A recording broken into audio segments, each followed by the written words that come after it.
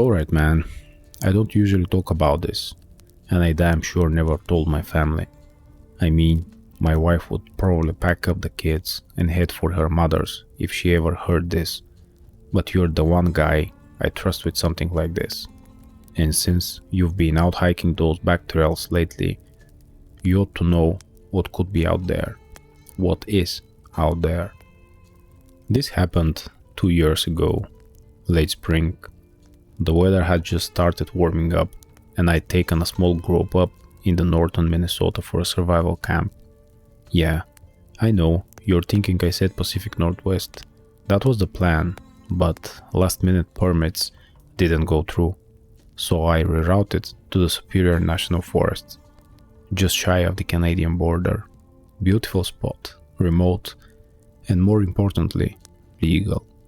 I had 6 people with me, 4 students and 2 assistant instructors I'd worked with before. All solid. The students were weekend warriors, mostly, some ex-military. A couple corporate types wanting to push their limits. One guy, Ethan, was in his early 20s, real quiet, obsessed with wilderness lore. Brought this beat-up old magazine with him, filled with stories about forest spirits and cryptids. Had a whole section on the Wendigo. I didn't think much of it, though it was harmless curiosity. I even skimmed the article once when he left it by the fire. Tall, skeletal thing, reeks of death, cannibal spirit. Creeps around in cold places. All that weird folklore. Now, I'm not a superstitious man. I teach people how to survive using their heads, not fairy tales. But what we ran into up there, I can't explain it any other way. We were 5 days into a 7-day camp. Doing well. Everyone was learning, morale was good, weather was perfect. Sunny, clear skies. We'd made base about 3 miles off trail, beside a glacial lake, and were planning an orienteering drill that night. That's when it started. Around dusk, I was gathering kindling when I caught this smell, like rotting meat, faint but wrong enough to make me pause. I chalked it up to a dead animal nearby, forest full of decay, right? But then I noticed how quiet it was. No birds, no bugs, just stillness. When I got back to camp, Ethan looked pale, said he saw something in the trees, tall, bony, watching us. I asked if he'd maybe read too much of that magazine of his. The others laughed it off, but that night, no one really slept. We heard it. Footsteps, slow, circling our camp, crunching twigs, brushing branches. We'd shine our flashlights and see nothing, just shadows. One of the other instructors, Mike, thought maybe it was a bear, so we tightened our perimeter, checked our food packs, loaded the flare gun, and kept the knives close. But bears don't stalk like that. It kept at it for hours. Sometimes we'd catch this shape, just at the edge of the light, too tall, thin. It didn't make sense. I remember feeling something deep in my gut, a kind of dread I've only felt one other time, when I nearly drowned in the Baja as a teen. By morning, we were all on edge. I made the call to move camp closer to the ranger station. A good 6 hours hike. Nobody argued. We packed up in a record time and started out. But Ethan disappeared.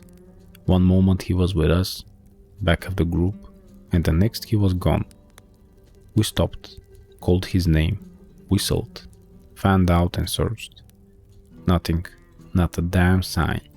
No trail, no noise, no gear dropped. It was like he just vanished.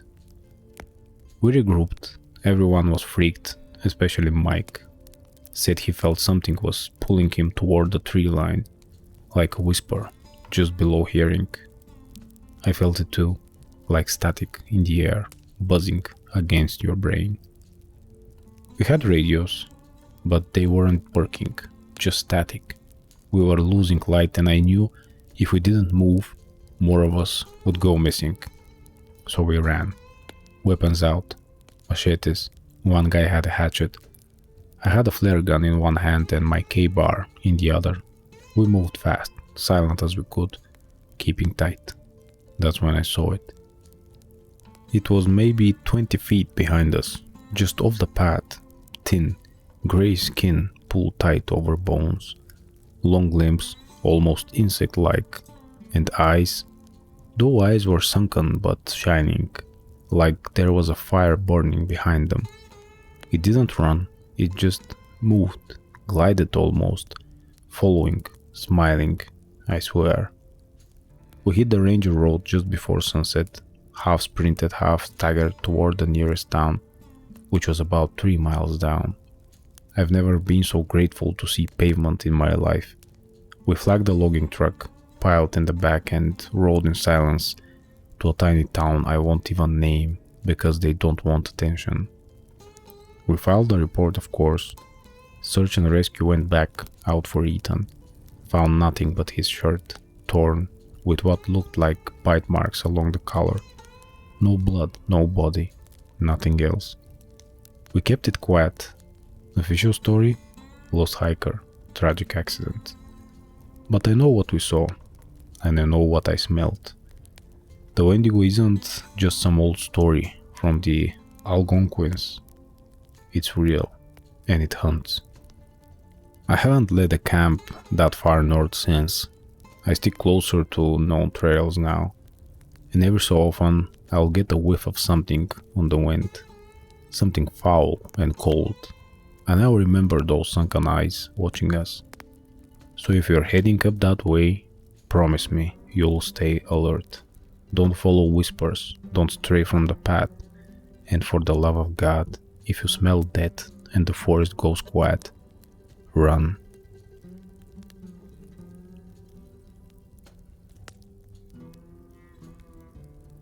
Alright, listen, I haven't told many people this story, not because I'm scared of sounding crazy, though that's probably part of it, but mostly because every time I try to talk about it, I get this knot in my gut like something's still out there, listening, watching.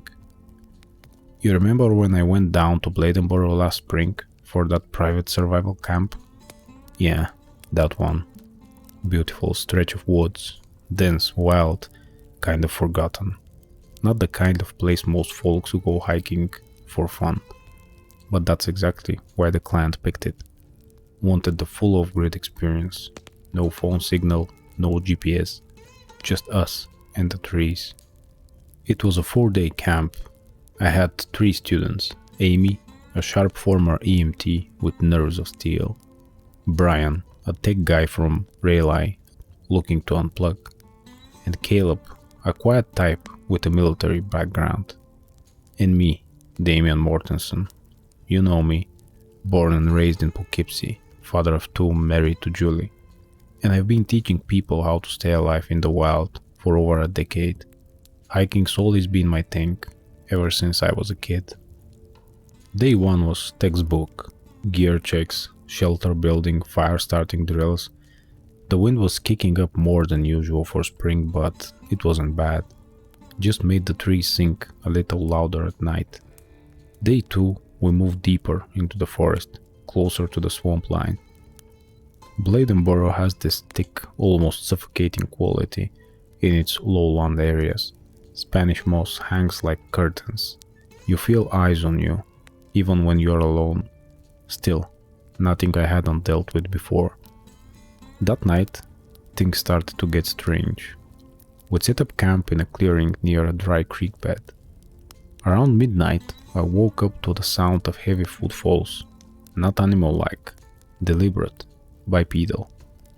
I figured it was Caleb doing a perimeter check. He had a habit of insomnia, but when I peeked out of the tent, I saw him fast asleep, back to the fire. The sound was still there, prowling, circling, slow and patient. I stayed low, knife in hand, and scanned the trees. Nothing, just wind and shadows. Still, I didn't like it. In the morning I asked the others if they'd heard anything. Amy said she thought she'd seen something move behind the trees, but chalked it up to her mind playing tricks. Brian said he'd had the worst nightmare of his life, said it felt like something was just outside the tent the whole time. I didn't grow up hearing stories about Bigfoot. We didn't talk about that stuff in my family. Hell, I didn't even know there were supposed to be sightings in North Carolina. Bladenboro? Never heard anything beyond that old legend of the beast back in the 50s. Figured that was just small town folklore. But this wasn't some old wives' tale. Later that day, we moved again. The plan was to get closer to the river bend and set up some tracking exercises. About an hour into the hike, we found something that stopped us cold. Tracks. Huge, barefoot, at least 15 inches long, spaced like a man running, only heavier, much heavier, and deep, like whatever made them had to be at least 600 or maybe 700 pounds. We tried to rationalize it. Maybe some nut job was out here barefoot? A prank? A black bear? But deep down we all felt it. This wasn't something we could explain away. We pushed on, more alert now. Caleb took point, I had the rear, Amy and Brian in the middle. I kept my K-bar handy. Caleb had his combat knife, and we gave Amy a flare. Brian carried a satellite beacon just in case. It started again, around late afternoon, that feeling of being watched. The wind was howling through the trees, making it hard to hear, but we kept seeing movement just beyond our vision. A blur here, a shift in the brush there. Then it made a sound, a low guttural growl, half animal, half something else. Not loud, not aggressive, just a warning. We froze.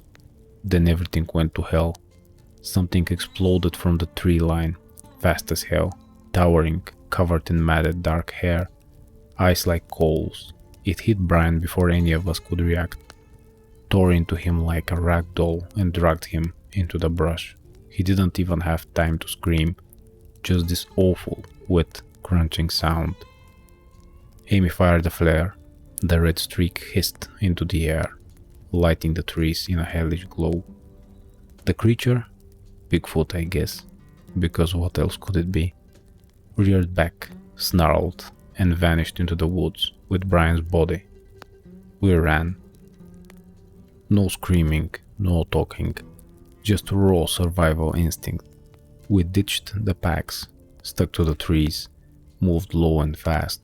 I led them toward the ranger trail I remembered passing about a mile south. It was the only way out without radio. We stopped once, near a gully, caught our breath.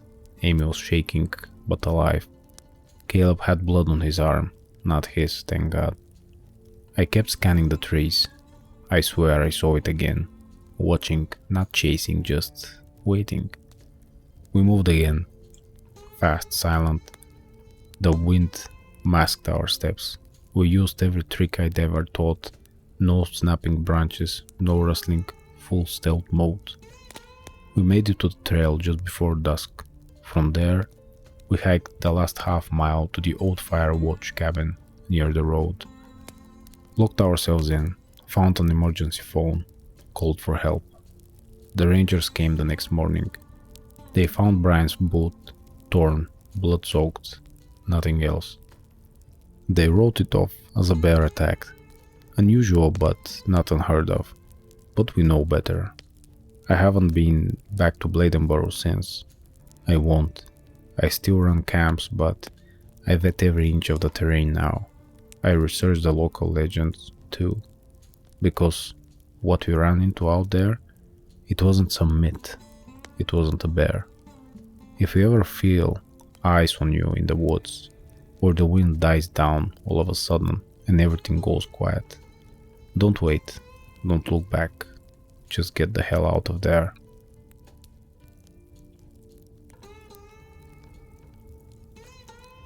Alright, I've never shared this story with anyone before, not even my family. You know me, Sean Russell, born and raised in a quiet town in Midwest. I spent years as a survival instructor, teaching folks how to handle themselves in the wild. Hiking always been my passion, a way to connect with nature and clear my head. But after what happened last summer in the Appalachians, the wilderness doesn't feel the same anymore. It was early June when I was hired to lead a summer camp in the Appalachian Mountains. The camp was designed for young adults looking to learn survival skills, building shelters, foraging, navigation, the usual. The weather was perfect, sunny skies, a gentle breeze, and the forest was alive with the sounds of summer. The group consisted of 5 participants: Mark, an enthusiastic college student; Lisa, a quiet but observant artist; Tom, a former military man seeking peace; Rachel, an adventurous spirit; and Jake, a skeptic who questioned everything. We set up camp near a clear, babbling brook, surrounded by towering trees and dense underbrush. On the 3rd day, we decided to venture deeper into the forest to practice navigation and tracking. As we moved through the woods, I couldn't shake the feeling of being watched. The sensation was subtle at first, like the weight of unseen eyes pressing against my back. I dismissed it as a paranoia. After all, the wilderness has a way of playing tricks on the mind. As the sun began to set, we stumbled upon a series of large, deep footprints. They resembled those of a wolf but were far larger than any I'd ever seen. The tracks were fresh, leading further into the dense forest. Mark joked about the possibility of a werewolf, eliciting nervous laughter from the group. I forced a chuckle but felt a chill run down my spine. That night, around the campfire, I recalled an article I'd read in a folklore magazine about the Dweyu, a werewolf-like creature said to inhabit the Appalachian region. According to the legend, the Dweyu is a bipedal, wolf-like creature with dark fur and vicious temper. It's also known to stalk its prey, instilling fear before attacking. I shared the story with the group, half expecting them to laugh it off. Instead, an uneasy silence settled over us. Later that night, as the camp settled into sleep, I was jolted awake by the sound of rustling in the bushes. Gripping my flashlight and knife, I quietly exited my tent to investigate. The moon cast an eerie glow over the campsite, and the once comforting sounds of the forest had fallen silent. I scanned the perimeter but saw nothing. Still, the feeling of being watched was overwhelming. The following day, we continued our training, but an unspoken tension hung in the air. Lisa mentioned hearing heavy breathing outside her tent during the night, and Tom reported seeing a pair of glowing eyes in the darkness. I reassured them, attributing their experiences to nocturnal animals. Deep down though, I wasn't so sure. That evening, as dusk settled, we heard it, a low guttural growl emanating from the tree line. The group froze, eyes wide with fear. I signaled for everyone to remain calm and slowly moved toward the center of the campsite. The growling grew louder, closer. Then, without warning, a massive figure lunged from the shadows. The creature was unlike anything I'd ever seen, towering over us, covered in matted dark fur, with eyes that burned like embers. Its elongated snout revealed sharp, glistening teeth, and its muscular limbs ended in claws that looked capable of shredding steel. It was the Dweyu. Tom, drawing on his military training, grabbed a burning log from the fire and thrust it toward the beast, attempting to ward it off. The creature snarled, swiping at the makeshift weapon and sending embers flying. I yelled for everyone to grab their gear and prepare to move. We had to escape. Remembering the folklore, I recalled that the Dweyu was a relentless predator, known to stalk its prey for miles. Our only chance was to move swiftly and silently, avoiding detection. We doused the fire to eliminate our visibility and gathered only essential items. I led the group away from the campsite, choosing a path that would keep us concealed. We moved in a single file, communicating through hand signals. The forest was a maze of shadows, every sound amplified by our heightened senses. Twice we heard the creature's guttural growl nearby, prompting us to freeze in a place, barely daring to breathe. Each time, after what felt like an eternity, the sounds would fade and we'd press on. Hours passed, though it felt like days. Our bodies ached and exhaustion threatened to overtake us. But fear kept us moving. Finally, as the first light of dawn pierced through the canopy, we stumbled upon a ranger station. Relief washed over us as we banged on the door, waking the startled ranger inside. We recounted our harrowing experience, though I could see the skepticism in the ranger's eyes. He attributed our ordeal to a bear encounter, noting that the mind can play tricks when fear is involved. But we knew the truth. We had encountered something ancient, something that wasn't supposed to exist. In the days that followed, I reached out to the locals. Older people knew about the creature. They kept their distance and didn't speak about it. I had taken their advice, as you should as well. Keep out of these woods, and if you decide to go camping somewhere, make sure you speak to the locals first.